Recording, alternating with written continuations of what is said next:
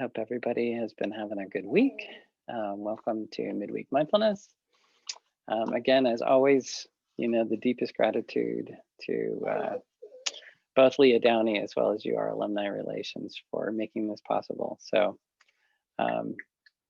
welcome everybody. I hope your week is going well. I know for a lot of us, again, the kind of the stress of just life at this point in our just in our lives is kind of big. It's a little complicated. Trying to figure out how to manage the holidays but stay safe and keep the people that we love and care about safe. Some of us are trying to finish up a semester or end this part of the year going into the holidays for your work. And we're kind of juggling all those things at the same time. And then there's this idea of, vaccines, and there's hope again. And yeah, so it can be a lot to manage. And so maybe today we talk about kind of how we look at this idea of kind of clinging and connecting or pushing, right? So one of the things that we're really challenged by is when we try to hold on to things that feel good, and then the other side of that coin is pushing away the things that don't feel good. For instance, my dog is fussing right now, and I'm trying to get somebody to come and help me with the dog.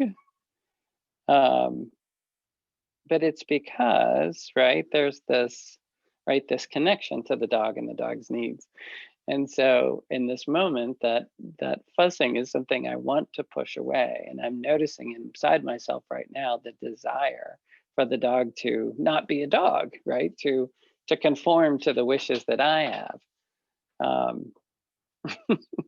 So it's like, but we do this all the time in all these different aspects of our life, whether it's other drivers in traffic, whether it's something that we're eating, whether it's a thought, right? A thought about, how the future may turn out, or a thought about something that we really loved and enjoyed that we had before, and we want to hold on to it and bring it back into our lives and kind of cling to it.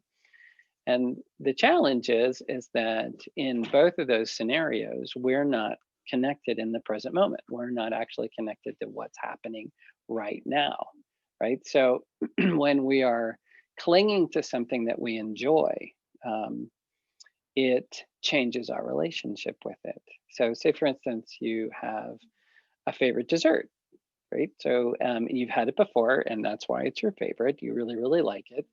And every time you think about it, you get a craving for it, right? So if we satisfy that craving each time it comes up, then how that turns out, it can become a physical problem, right? Because while desserts taste good, they aren't something that we should be eating 4 or 5 times a day, right? That gets really hard on the body. By the same token, things that are uncomfortable for us, maybe difficult feelings or difficult people or difficult situations, when we try to push them away, right, we're creating more of the same. So instead of seeking to push them away, if we can allow that feeling to come up in the moment, notice our connection to it and this is for either one, right? Whether it's the connection to the dessert or the connection to the feeling that we have that doesn't feel good, right? In both cases, if we allow ourselves to have that feeling and to notice it, right, then we can fully experience it and allow it to pass through. Because the desire for a dessert is just that, it's a desire. And it passes just like everything else, right? Our desire for something, an uncomfortable, situation to pass is a very normal thing, right? But if we sit with it and we're really aware of how we feel in the moment, we can notice how it's affecting us. And then we can choose our response. So we're not being reactive. So now we're reacting by going to get the ice cream and we're not reacting by, yelling or pushing or trying to get rid of that situation. Instead, we can just really stay present in that moment, honor our feelings. There's nothing wrong with how we're feeling. It's how we're feeling in that moment. But we honor those feelings. But then we're able to make choices. Do I want to go get ice cream? Well, I haven't had ice cream in 2 weeks. So yeah, I'm going to go get ice cream. Or this situation is very uncomfortable. Do I want to remain? Or do I want to pull myself out of this? Right. And not be a part of it? Or do I want to say something that will, take it in another direction? But we're able to, when we sit with those feelings carefully and we really notice them, then we're able to manage ourselves in a very, very different way.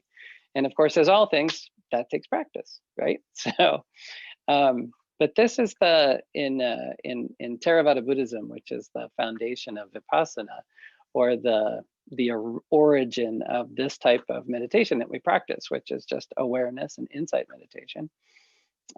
This is the understanding, is that clinging and pushing are the things that create suffering in our lives. So if we actually just sit in the moment and connect with whatever's happening,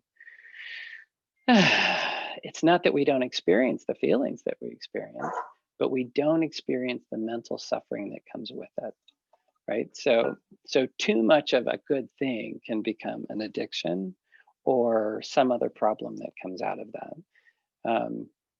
Pushing away things that are uncomfortable can turn into avoidance behavior and lead to a whole bunch of other challenges, right? And we all know what both of these feel like. We've all experienced this at some level in our lives, right? So it's in both situations, it's not the feeling that we're having that creates the suffering, it's our thoughts about it, right? So when we sit with the thought and we sit with the feeling of desire or the feeling of wanting to push something away, and we take note of it and we honor that we're feeling this way and we're understanding ourselves in that moment, it gives us the strength, right? And because our mind isn't racing, our mind isn't, extrapolating in whichever direction. So now we have the energy and we have the centeredness, so we can make the choice that we wish to make. And as we come into the holiday season and we are trying to, deal with not seeing family or not seeing friends over long periods of time, that can cause us, if we're not careful, to act, perhaps rashly, right, in a way that might not be safe. I'm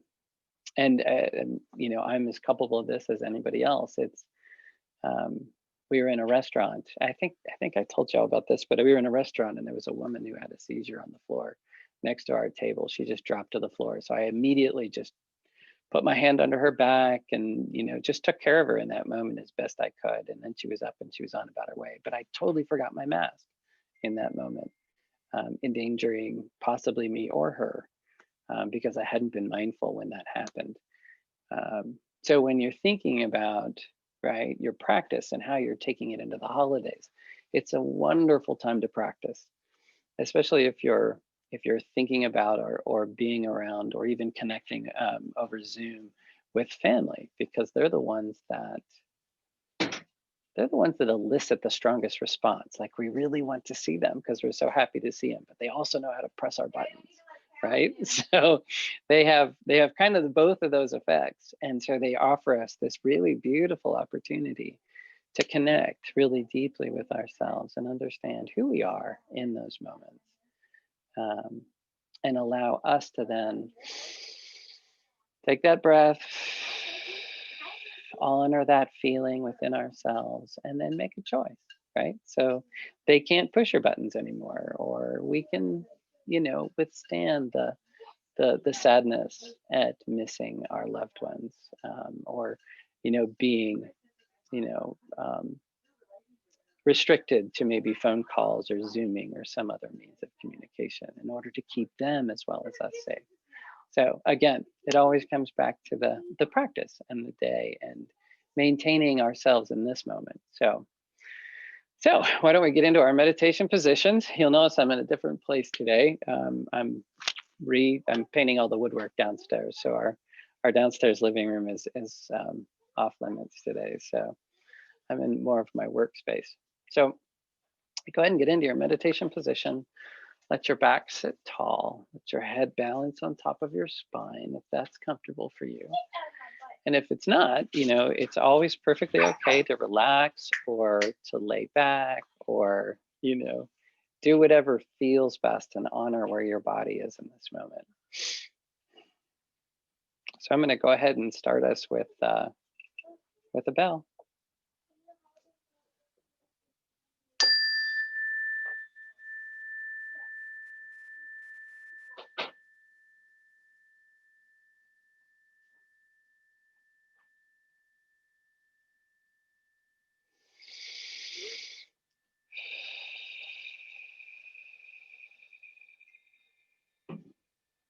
Let's go ahead and begin with just a couple or a few nice full deep breaths in, breathing in through the nose, holding at the top, and then really stretching out that exhale till it's nice and long.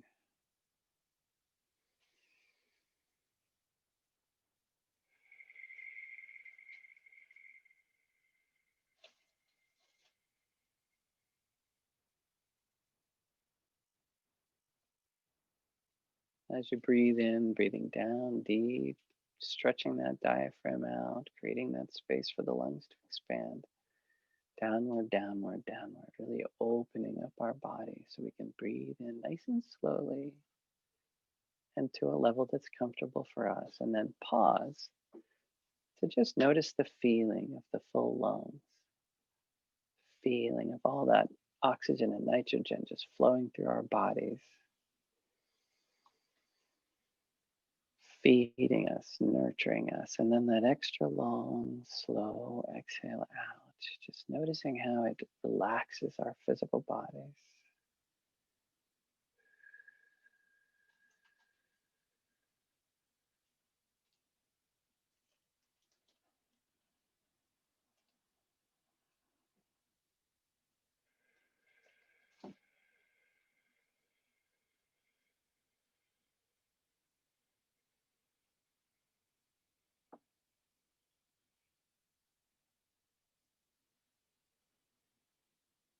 Sharpening our awareness of the sensation of the breath on the inhale.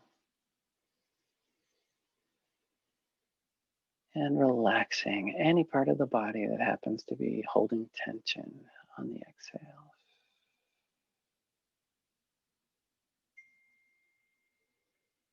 Noticing the coolness of the air on the inhale.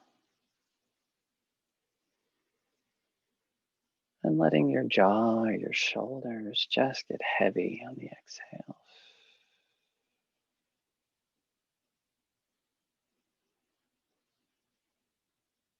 Really noticing the movement of the breath from the very beginning as it starts in at the very tip of the nostril, moving up into the nasal cavity, down the back of the throat, down through the windpipe, down into the lungs, feeling the chest and the abdomen expand, like really staying with it. Really notice that place where the lungs are full and the breath comes to an end, and then feel it turn and become an out breath, right? But control it, releasing it slowly. Feeling the relaxation of the rib cage or even the pushing of the abdominal muscles as we encourage that air back up through the windpipe, back out through our nose, nurturing the atmosphere and our environment. And then feeling that exhale just come to an end and turn and become an inhale again. And just seeing if you can ride the wave of the breath, really noticing it.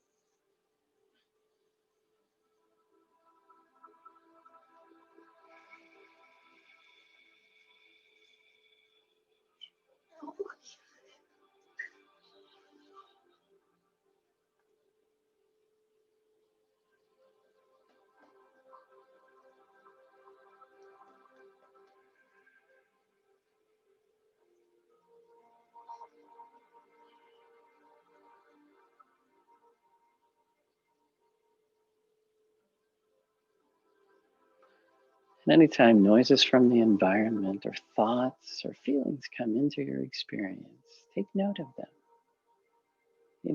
Take note of what it is that distracted your awareness from your breathing. Make a mental note or simply release it and then return to your breath.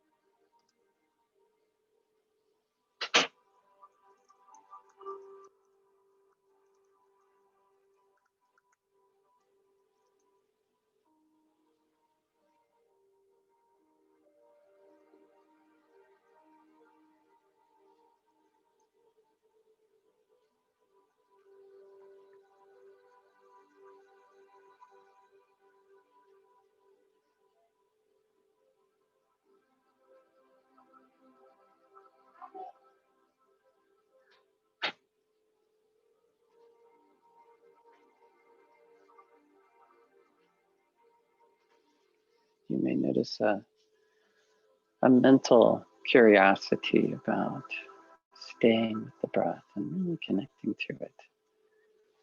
There's something deeply connected about our breath.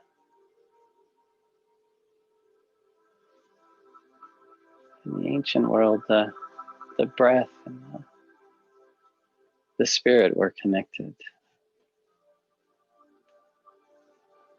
Whether it's in Latin, where to breathe in is to inspirate or inspire.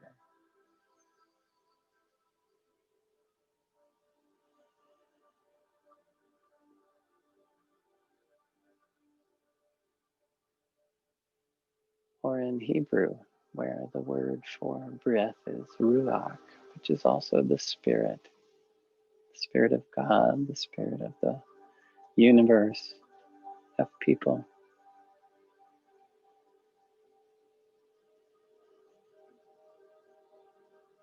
In Sanskrit, the word for air is vayu, but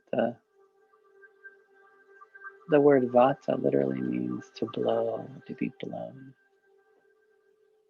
Wind is pavana, but prana is breathing, the breath of life.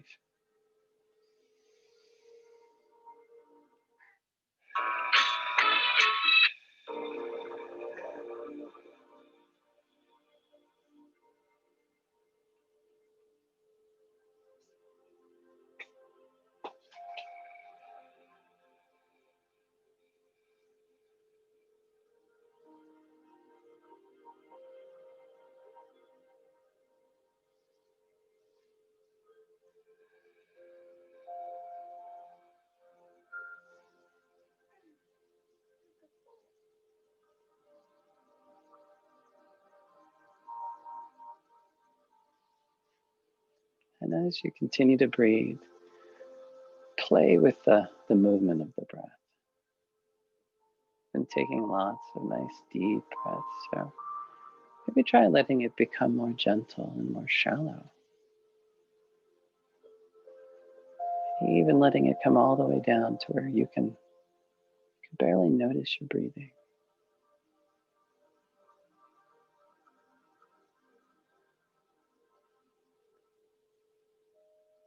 Take those little tiny breaths. Notice how everything slows down.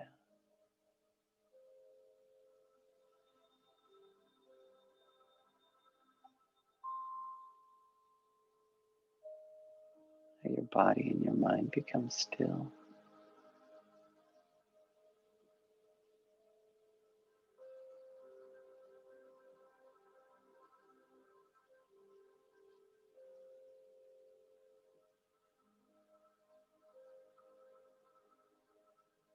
And then see if you can just allow your body to take over the breathing, just as it naturally has since the moment you were born and will until the day that we release this life.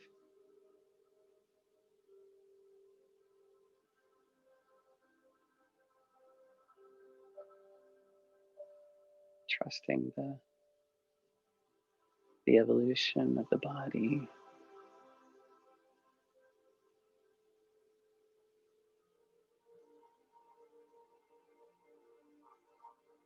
trusting the connection to the earth and the community of life on the earth that nurtures us with every breath and that we nurture with every out breath.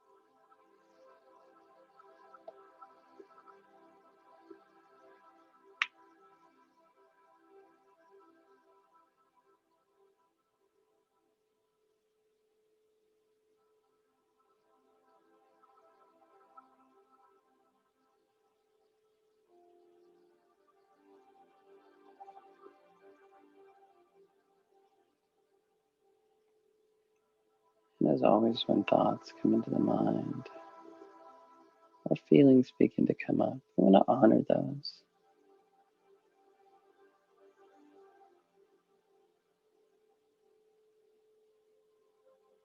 Notice them. And if you have the opportunity, sit with them, letting them fully express themselves. If you notice that you're becoming distracted as you sit with them and your mind begins to wander, then come back to just noticing the breath as your practice for a while to strengthen that focus. Just returning to the breath, returning to the breath. When we sit with a thought or feeling, we want to sit with it on its own, honoring it for its presence in our life in that moment, and not allowing our mind to build it into something else or to analyze it even, just acknowledging it and letting it be what it is.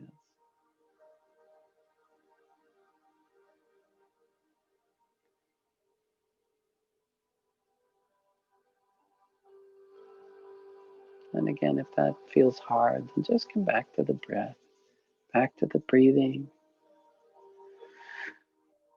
In a daily practice, you might just come back to the breath for 10 minutes and then explore your thoughts and feelings for 10 or 15 minutes. And then maybe return to the breath for 5 more.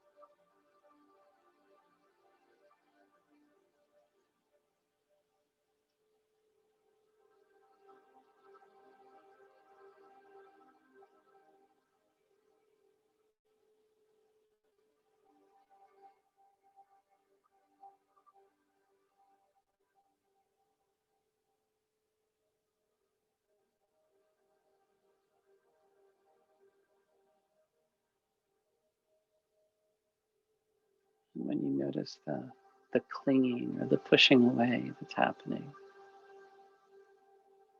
this is where we bring that attention and focus to that feeling and the thoughts surrounding it. And if you're able to just sit with it and allow it to manifest and then pass, then do that. And if it feels like too much, then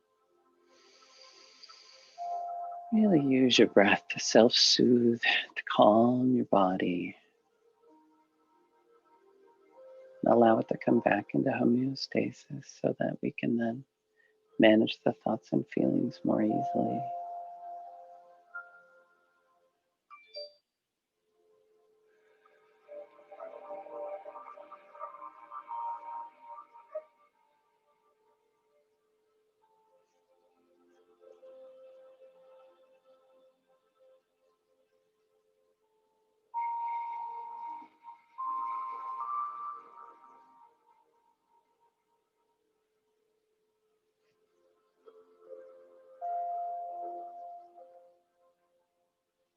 And now letting your breath deepen again, getting nice and full, taking that nice full deep breath in, pausing at the top, the long slow exhale. Begin to wiggle your fingers and wiggle your toes and return to this time and this place as we bring our meditation to an end.